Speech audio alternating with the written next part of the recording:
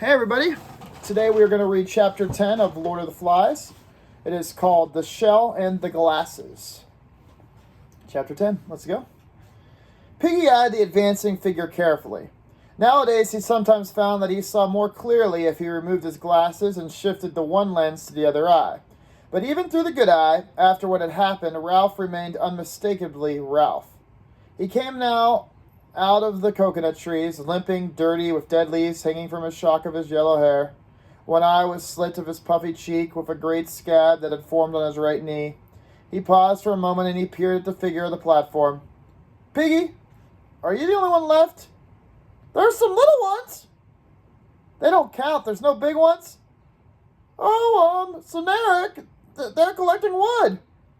"Nobody else?" "Not that I know of." Ralph climbed on the platform carefully.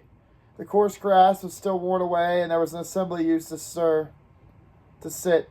The fragile white conch still gleamed by the polished seat, and Ralph sat down in the grass, facing the chief seat and the conch. Piggy knelt at his left, and for a long minute there was silence. At last Ralph cleared his throat and whispered something, and Piggy whispered back. "What'd you say?" Ralph spoke up. "Simon?" Piggy said nothing but nodded, solemnly. They continued to sit, gazing at the impaired sight of the chief's seat and the glittered lagoon. The green light of the glossy patches of sunshine played over their befooled bodies. At length, Ralph got up and went to the conch. He took that shell caressingly with both of his hands, and he knelt, leaning against the trunk. "Piggy? Huh? What are we going to do?" Piggy nodded at the conch. "You could." "What, call an assembly?" Ralph laughed sharply as he said the word, and Piggy frowned. "Well, you're still the chief." Ralph laughed again. "You are. You're over all of us. You're the chief." "Yeah, I guess I do got the conch, huh?" "Ralph, stop laughing like that. Look, there ain't no need, Ralph. What's the others going to think?" At last, Ralph stopped. He was shivering. "Piggy? Huh. That was Simon." "Yeah, you said that before." "Piggy? Huh? That was murder. We killed him." "Now you stop that," said Piggy shrilly. "What good are you doing talking like that?" He jumped up to his feet and he stood over Ralph. "It was dark. There was that, the bloody dance. There was lightning and thunder and rain. We were all scared." "I wasn't scared. I guess I don't know what I was." "We were scared. Anything might have happened. It wasn't what you said. It wasn't murder." He was gesticulating, searching for a formula. "Oh, Piggy, I think it was." Ralph's voice was low and stricken, and it stopped Piggy's gestures. He bent down and waited, and Ralph, cradling the conch, rocked himself to and fro. "Don't you understand, Piggy, the things that we did? He may still be." "No, he's not." "Well, perhaps he was only pretending." Piggy's voice trailed off the sight of Ralph's voice. "You were outside the circle. You never really did came in. Didn't you see what they did to him?" There was loathing and at that same time a kind of feverish excitement in his voice. "Did you see, Piggy? Did you see what they did?" "Not all that well. I only got one eye now. You ought to know that, Ralph." Ralph continued to rock and fro, to and fro. "It was an accident. That's what it was, an accident." His voice shrilled again.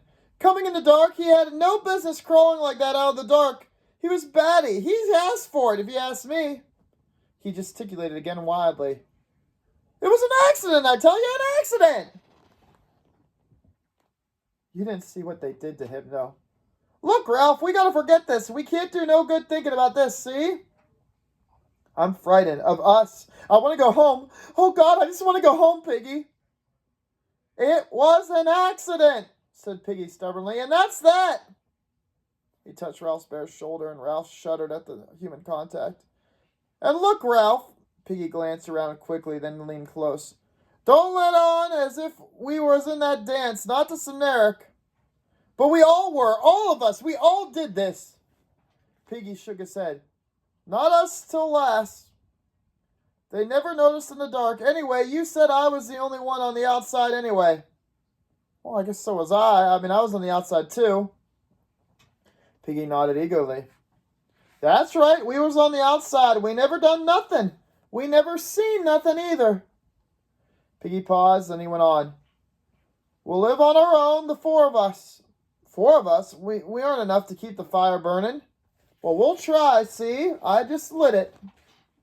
So Eric came running on a great log out of the forest. They dumped it by the fire and turned to the pool, and Ralph jumped to his feet. Hi, you two! The twins checked a moment, then walked on. They're gonna go bathe, Ralph. Better get it over. The twins were surprised to see Ralph. They flushed and looked past him into the air. Hello, fancy meeting you here, Ralph. We just been in the forest. Yeah, to get wood. We just got lost last night. So Ralph examined his toes. You got lost after the... Piggy cleaned his lens.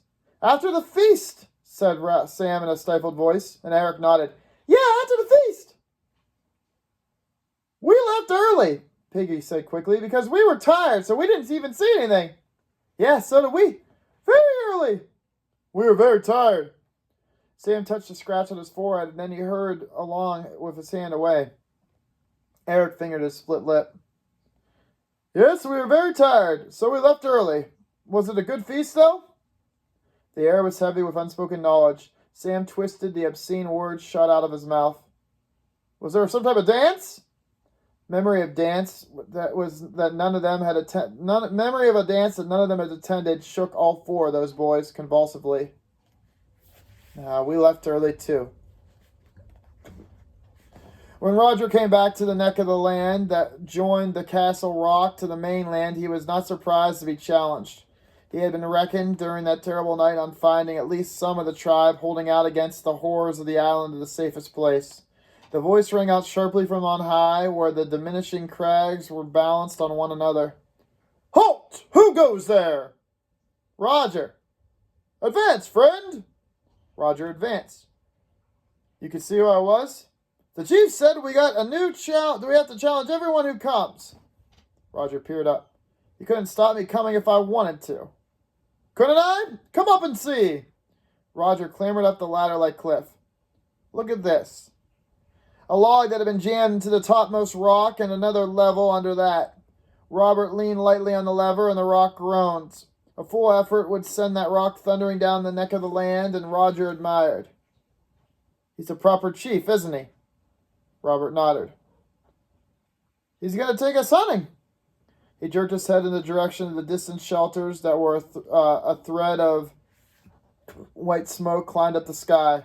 Roger was sitting on the very edge of the cliff, looked somberly back at the island as he worked with his fingers at a loose tooth. His gaze settled on the top of the distant mountain, and Robert changed the unspoken subject. He's going to beat Wilfred. What for? Robert shook his head doubtfully. I don't know. He didn't say. He got angry and made us all tie Wilfred up. He's beat. He giggled slightly. He's been tired for hours, waiting. But didn't the chief say why? I never heard him. Sitting on the tremendous rock in the torrid sun, Roger received the news of the illumination. He ceased to work on the tooth and sat still, assimilating the possibilities of irresponsible authority. Then, without another word, he climbed down the back of the rocks towards the cave and the rest of the tribe. The chief was sitting there, naked to the waist, his face blocked out from the white and red. The tribe lay in a semicircle before him. The newly beaten and untied Wilfred was sniffing noisily to the ground, and Roger squatted with the rest. Tomorrow, went on the chief, we shall hunt again. He pointed at the savage that was his spear. Some of you will stay here to improve the cave and defend the gate. I shall take a few hunters with me and bring back meat. The defenders of the gate will see that the others don't sneak in. A savage raised his hand, and the chief turned back a bleak, painted face towards him. Why should they try to sneak in, chief? The chief was vague but earnest. They will. They'll try to spoil things that we do. So the watchers at the gate got to be careful. And then the chief paused.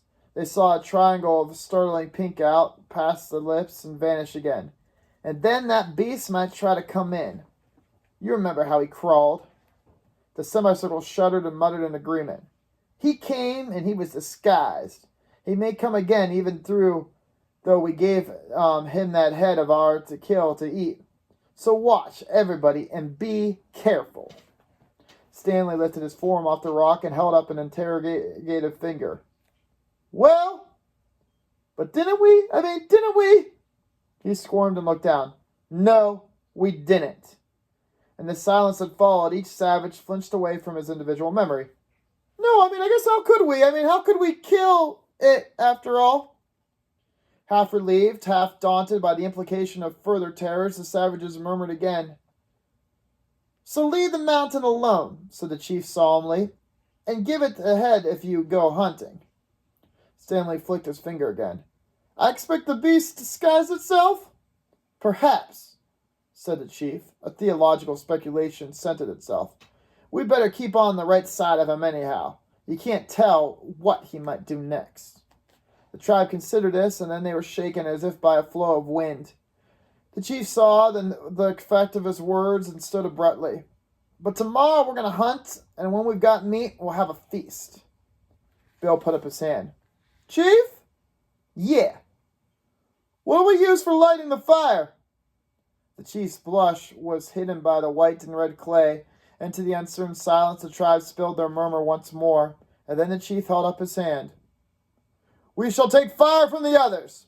Listen, tomorrow we're going to hunt and get meat, and tonight I'm going to go along with 2 hunters. Who's willing to come with me? Maurice and Roger put up their hands. Maurice? Yes, Chief. Where was that fire? Back at the old place by the fire rock. The chief nodded. The rest of you can go to sleep as soon as the sun sets, but us 3, Maurice, Roger, and I, we're going to go work. We got work to do. We'll leave just before sunset. Roger put up his hand. But what happens if we meet? The chief waved his objection aside. We'll keep along by the sands, and then if he comes, we'll do we're just going to do our dance again. We're not afraid of no beast. Yeah, but it's only going to be the 3 of us? Again, there was a murmur that swelled, and it died away. Meanwhile, Piggy handed Ralph the glasses and waited to receive back his sight. The woods was damp, and this was the 3rd time that they had lighted it. Ralph stood back, peeking to himself. We don't want another night without fire. He looked around giddily as the 3 boys standing by. This was the first time he had admitted the double function of the fire. Certainly, one was to send a beckoning column of smoke out for a signal, but the other one was to be a hearth now and comfort until they slept. Eric breathed on the wood, and it glowed, and the scent was a little flame. A billow of white and yellow smoke reeked up, and Piggy took back his glasses and looked at the smoke with pleasure. If only we had a radio, or a boat, or a plane. Ralph dredged his fading knowledge of the world. We might get prisoner by the Reds. Eric pushed back his hair. They'd be no better than... They could not name people, and Sam finished the sentence by himself by nodding along the beach. Ralph remembered the ungainly figure of a parachute. He said something about a dead man. He flushed painfully the admission that he had been present at the dance. He made urging motions at the smoke and with his body. Don't stop. Go on up. Yeah, the smoke's getting thinner. We need more wood already, even when it's wet. My asthma! The response was mechanical. Sucks to be your asthma, they all said at once. If I pull logs, I get bad asthma. I wish I didn't, Ralph, but there it is. The 3 boys went into the forest and fetched armfuls of rotten wood. Once more the smoke rose, yellow and thick. Let's get something to eat. And together they went to the fruit trees, carrying their spears, laying little, cramming in haste. And when they came out of the forest again with the sun that was setting and only embers glowed in the fire, there was still no smoke. I can't carry any more wood, said Eric. I'm tired. Ralph cleared his throat. We kept the fire going up there? Yeah, up there was small, but this has got to be a big one. Ralph carried a fragment to the fire and watched the smoke and drifted into the dusk. We've got to keep it going. Eric flung himself down. I'm too tired, and what's the good? Eric, cried Ralph in a shocked voice, don't talk like that. Sam Ralph by Narek. Well, what is the good of doing this anyway? Ralph tried indignantly to remember. There was something good about fire, something overwhelmingly good. Ralph's told you? Often enough, said Piggy moodily. How else are we going to have to be rescued if not for a fire? Of course, if we don't make smoke. He squatted before them in the crowding dusk. Don't you understand? What's the good of wishing for radios and boats if we don't have smoke? He held out his hands and twisted the fingers into a fist. There's only one thing we can do to get out this mess. Anybody can be playing and hunting. Anyone can get us meat. He looked from face to face. Then at the moment of the greatest passion and conviction, the curtain flapped in his head and he forgot what he had been driving at.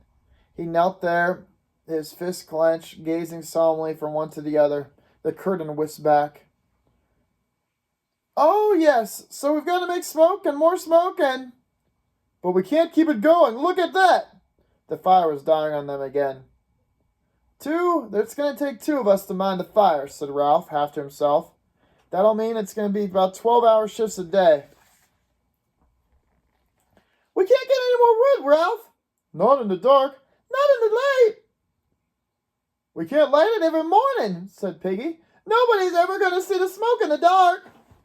Sam nodded vigorously. It was different when the fire was up there. Ralph stood up, feeling curiously defenseless with the darkness pressing in.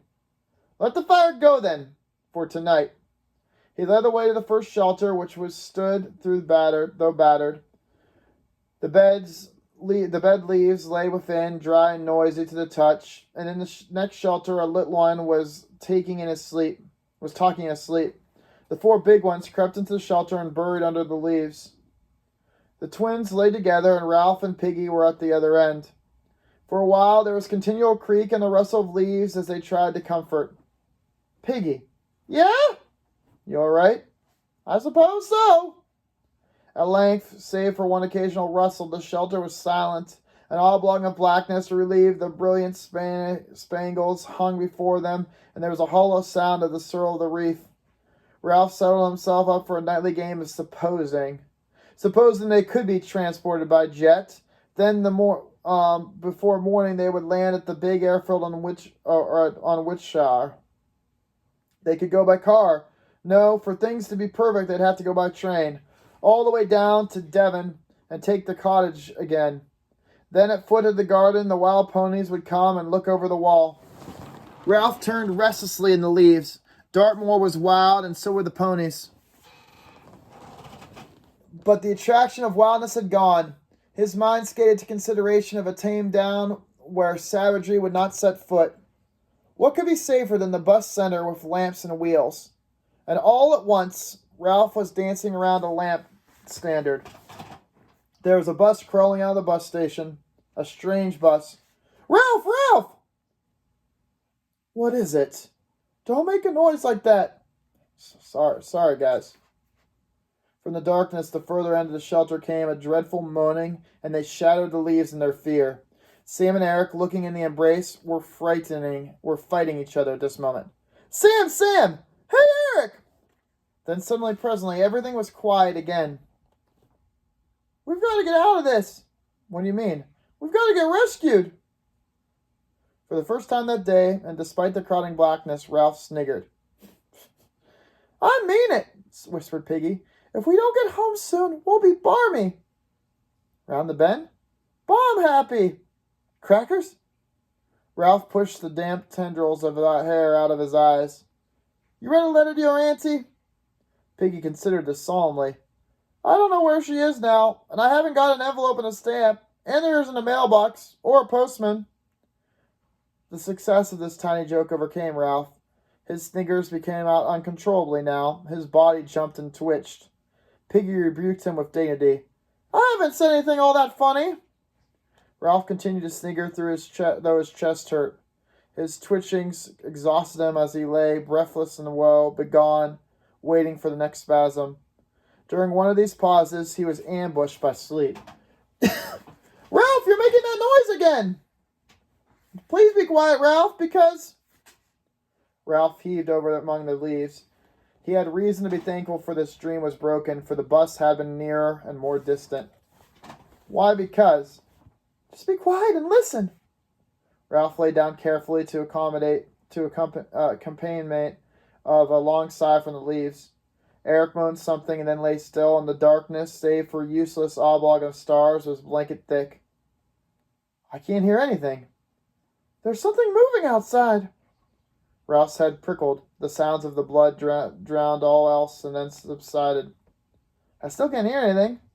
Listen, listen, said Piggy. Listen for a long time.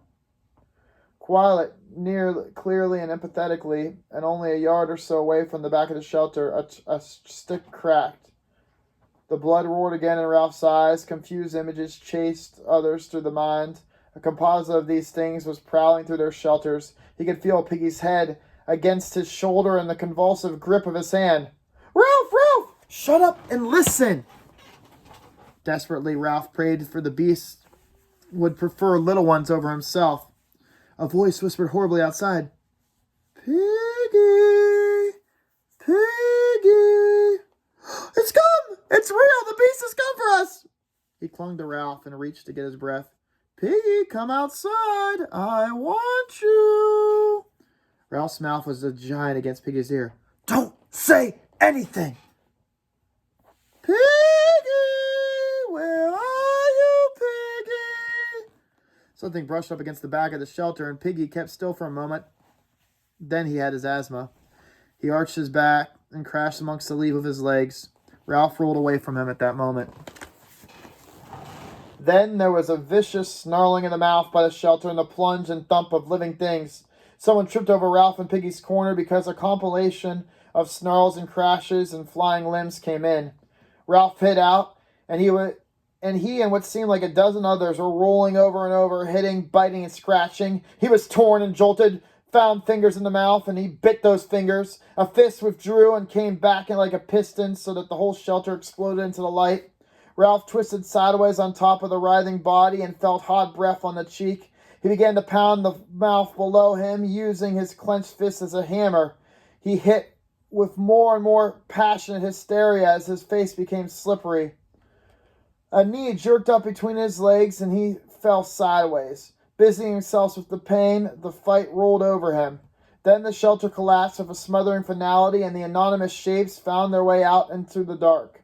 Dark figures drew themselves out of the wreckage and flitted away, till the screams of the little ones in Piggy's grasp were only a little bit more audible.